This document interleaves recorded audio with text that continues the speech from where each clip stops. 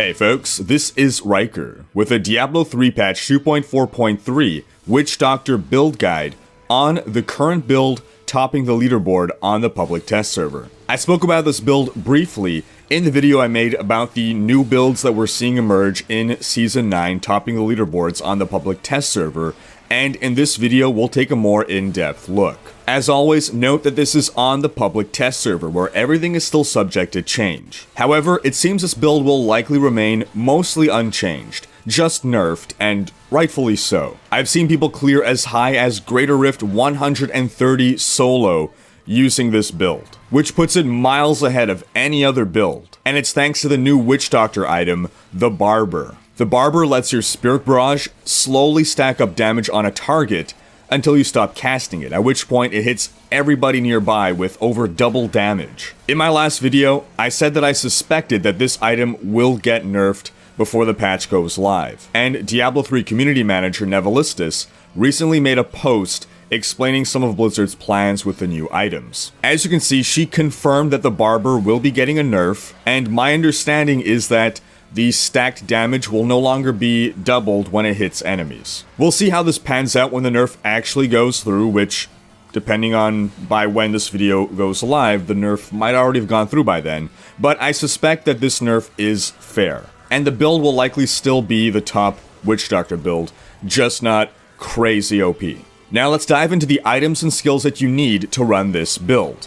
And we'll start by mentioning that there are cold and fire versions of it. It seems the fire version is the most powerful, but the cold version is still viable as well. Also, before we dive into the item specifics, we're going to state now that you want to get secondary resistance wherever you can, but it's not a priority over the other stats that we'll outline. You may also want to get pickup radius, but we'll discuss that more when we go over our passive skill choices. So, for your shoulders, really any shoulder item will do. This is perhaps the least important spot to gear for. Just make sure you have Ancient Shoulders, because this is a Legacy of Nightmares build. In a Legacy of Nightmares build, you want to aim to have every item that you equip be Ancient, because for every Ancient you have, you deal a ton more damage and gain a bit more toughness. The best in slot here may be Pauldrons of the Skeleton King in order to have that extra chance at a free life. But Corruption Shoulders are craftable and come with pickup radius, which may be important to your build depending on your passive choices. Your ideal stats here are Intelligence, Vitality, Life, and Area Damage. Cooldown reduction is not really important to this build. For your Helm slot, Andariel's Visage is your best in slot Helm. It's the only Helm that rolls elemental damage. A second best option would be a well-rolled Leoric's Crown, which won't have the same damage output as Andariel's Visage, but will give you more toughness. Ideal stats on an Andariel's Visage is elemental damage, intelligence, crit chance, and a socket in which you'll put an amethyst. Note that elemental damage takes up a primary slot that would otherwise go to vitality. The amethyst in this case is to make up for that lack of vitality. Typically you see a diamond in the socket. It can be difficult to get a well-rolled Ancient Andariel's, however. And if you have to, it's best to sacrifice a socket for critical hit chance, then crit chance for a socket. If you're running Andes, you're looking to squeeze out as much damage as possible, so go full glass cannon. If you go for Leoric's instead, you'll want intelligence, crit chance, a socket with an amethyst for lots of life, and then you can either opt for vitality or Spirit Barrage damage, depending on whether you want to try to squeeze out a bit more damage. Because you have Leoric's, and you're going to want a perfectly rolled Leoric's ideally, then having that amethyst be doubled kind of makes up for the lack of vitality. For your Amulet, a Hellfire Amulet is best in slot, but any well-rolled Ancient will do. Ideal stats, elemental damage, crit chance, crit damage, and for the passive we'll go over that when we get to skills. For your gloves, if you're running a fire build, then you need Mage Fist. That's 20% more fire damage right there. If you're running the cold version, then Frostburns will be your best in slot. Ideal stats, intelligence, crit chance, crit damage, area damage. If, however, you don't have Ancient Mage Fists or Ancient Frostburn Gauntlets, then any Ancient Gauntlets are better. For your chest, if you're running fire, then your best in slot here is the Cinder Coat, another 20% damage buff. If you're running a cold build, then you can go with the Aquila Cuirass here.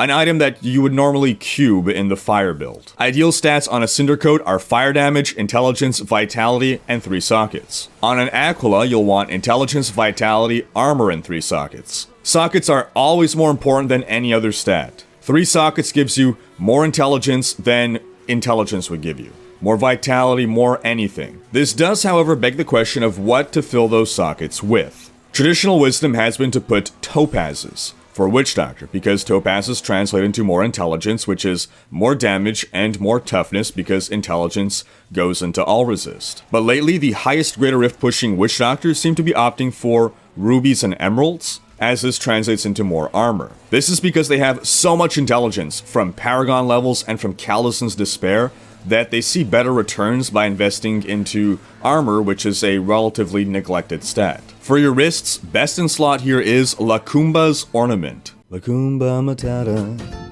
it's a wonderful thing. Even if you don't use a Sacred Harvester to double up on Soul Harvest stacks, there's really no better item here. Ideal stats, elemental damage, intelligence, vitality, crit chance. For your belt, you have 2 options here, and this will depend as well on what skills you take, or rather affect what skills you take. For the most damage possible, you go for a Witching Hour. Alternatively, you can get a Belt of Transcendence, and that's because in this build, we want to have Fetish Sycophants running around. You're either going to have a Belt of Transcendence equipped, cubed, or you're taking the Fetish Sycophants passive. Ideally though, you want a Witching Hour here for max damage. Ideal stats on a Witching Hour: Intel, Vitality, Attack Speed, crit damage. On a Belt of Transcendence, it's Intelligence, Vitality, Life, and Armor. For your rings, completely non-negotiable, you need Litany of the Undaunted and the Wailing Host. This set is the backbone of this build. This build does not work without this set. Ideally, you want ancient versions of these. Again, you want ancient versions of all gear. Ideal stats here are crit chance, crit damage, and area damage, though these are somewhat negotiable. Intelligence will always be beneficial, especially if you don't have thousands of Paragon levels. For your pants, Swampland Waders will be your best in slot. They're the only ones that can roll with elemental damage. Ideal stats: elemental damage, intelligence, vitality, armor, 2 sockets. For your boots, this is another non-essential slot. A little bit more important than the shoulders, but still, any ancient boots will do, but the absolute best will be illusory boots. They give you total freedom of movement, and ice climbers are a fair second place, since they'll stop you from getting slowed or immobilized. Effectively though, there aren't any amazing items here for Witch Doctors in the boot slot, so really anything will do. Ideal stats: intelligence, vitality, armor, spirit barrage damage, and again, there's some wiggle room here. For your weapon, you have 2 options here: Sacred Harvester or Vu's Juicer. Well, technically 3. You can also go with a Barber, but generally you'll want to have your Barber cubed. Anytime you have an item whose power applies on a range, as the case currently on PTR with the Barber, then what you want to be doing is cubing that versus an item that does not roll on a range. Unless you're rolled perfectly, because when you cube an item, you get the perfect roll. That said, by the time this video goes live, the nerf may have gone through and that damage range may be gone, so this may be more negotiable now. So Sacred Harvester lets you stack Soul Harvest up to 10 times. That's twice the normal amount. This translates into 30% more intelligence and 100% more armor, meaning more damage and more toughness. And you also have to take into consideration Lacumba's Ornament, our bracers that give us 6% damage reduction per stack of Soul Harvest. So here, a massive 60% damage reduction. Vu's Juicer allows you to roll up to 60% increased Spirit Barrage damage, however, and it gives you 2 free runes on Spirit Barrage that give you mana regen and life leech. So the choice between these 2 weapons is basically the choice between more damage or more toughness. For your offhand, currently the best offhand for this build is the Gazing Demise, thanks to its power. Spirit Barrage deals up to 50% more damage, and gains the Phantasm Rune for free. There is apparently some bug with the interaction of the Phantasm Rune that may be nerfed soon, so we'll have to see whether that 50% damage buff remains enough to make this item retain its spot as the best. Because otherwise we'll likely see other options become much more viable, such as Henry's Perquisition or the Vile Hive. Ideal stats here are Intelligence, Vitality, Crit Chance, Mana Regen, and Area Damage. For your cubed items, you'll need the Barber, of course, and if for whatever reason you want to have your Barber equipped on you, then you would cube your Vooz Juicer or your Sacred Harvester. For your armor slot, you'll have an Aquila Cuirass unless you're wearing one, in which case you'll go for a Belt of Transcendence, unless you're wearing one. In which case, you can opt for a String of Ears, since you'll be in melee a lot, and that 30% melee damage reduction is really nice. And for your jewelry slot, you need a Ring of Emptiness, non-negotiable. We'll explain why when we get to the skills. For your legendary gems, you want Bane of the Trapped, again, arguably the best gem in the entire game. You'll need the toughness granted by Esoteric Alteration, and the final gem will either be a Bane of the Powerful or Bane of the Stricken. Bane of the Stricken is mostly just for pushing the highest Greater Rifts. It's primarily for dealing with Rift Guardians that are taking way too long to kill. Bane of the Stricken is kind of a noob trap in that a lot of players see the best players using it and think that it's the best gem, but really it has to apply to your specific circumstance. For the average player under average circumstances, you'll probably get more work out of Bane of the Powerful. Bane of the Stricken only really outperforms Bane of the Powerful if you're attacking the same enemy so many times, and in this case it would be the Rift Guardian or Elite Packs, so many times that you are stacking that gem way beyond the benefit of Bane of the Powerful, which gives you 20% more damage, plus 15% more damage versus Elites and Rift Guardians. At all times. You don't even have to wait to, apart from killing your first Elite Pack, you're gaining that Bane of the Powerful buff effectively throughout the entire rest of the Rift, because you'll have it up for over a minute eventually, and it doesn't take longer than that to get from Elite Pack to Elite Pack. Alright, on to our skills. We'll be taking Haunt, Poisoned Spirit. This build revolves around applying Haunt and Locust Swarm to enemies before Spirit Barrage, in order to benefit from the Ring of Emptiness buff that lets you deal a bunch more damage to enemies under the effects of Haunt and Locust Swarm. The Poison Spirit rune on Haunt gives us a straight up damage buff, and while Resentful Spirits is also an option, allowing us to gain 2 casts of Haunt each time, and thus saving us some mana,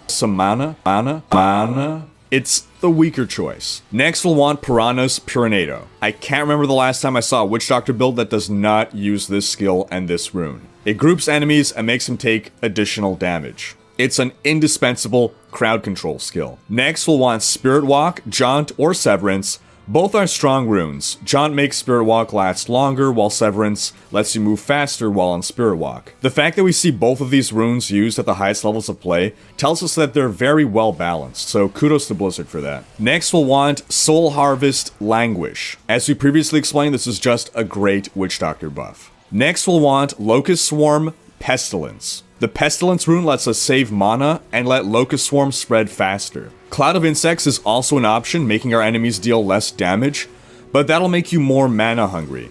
And you want to keep your mana high enough to always benefit from the Aquila Cuirass. Lastly, you'll want Spirit Barrage. Well of Souls rune if you're running the fire build, otherwise you'll go with either Phlebotomize or Manitou. If you have Vooz Juicer, then you already have Phlebotomize for free, so take Manitou. On to our passives. If you do not have the Belt of Transcendence in your cube or equipped, you'll want to take Fetish Sycophants. Next, you need Creeping Death to keep your buffs up from Haunt and Locust Swarm. For the next 3 passives you take, there's wiggle room. And I say 3 because I'm factoring in the 5th passive you get from your Hellfire Amulet. Grave Injustice is a really strong option, and if you go with it, you'll want to stack Pickup Radius as a secondary stat on whatever gear you can squeeze it onto. This way, enemies can die further away from you, and you still benefit from the life, mana, and cooldown reduction. Another strong option is Rush of Essence. I'd argue that Rush of Essence and Grave Injustice are kind of mandatory for this build. Rush of Essence will let you regain mana when you cast your spenders, helping you retain the benefit of the Aquila Cuirass. Other good options are Bad Medicine, which will make enemies deal less damage, and Swampland Attunement, which will give you toughness, and it'll also benefit from Pickup Radius. Spirit Vessel is never a bad idea, it's a free life, but there are a lot of strong passives competing for 5 slots here, and Spirit Vessel may not make the cut. If other passives keep you alive, then Spirit Vessel is redundant. Of course, if you play hardcore, then it's hard to turn you away from Spirit Vessel. For your Paragon Points, on the offensive tab, get a total of 25% move speed, factoring in your gear, then dump everything into Intel. For offense, crit chance and crit damage are most important, followed by cooldown and attack speed. For defense, life, armor, and all resist. And for utility, area damage, resource cost reduction, life on hit. That wraps up this guide. As a reminder, this is on the public test server where everything is still subject to change, and we do know that we have some kind of nerf incoming, but I still expect this to remain very powerful and still the top Witch Doctor build. But do check back in the future for an update, and leave a comment with your thoughts on this build. Does it look fun to you? Would you play this build? Thanks for watching. Special thanks to my Twitch and Patreon supporters for making these videos possible. Check out these other videos and subscribe to join Rhykker's Raiders to keep up with Diablo 3.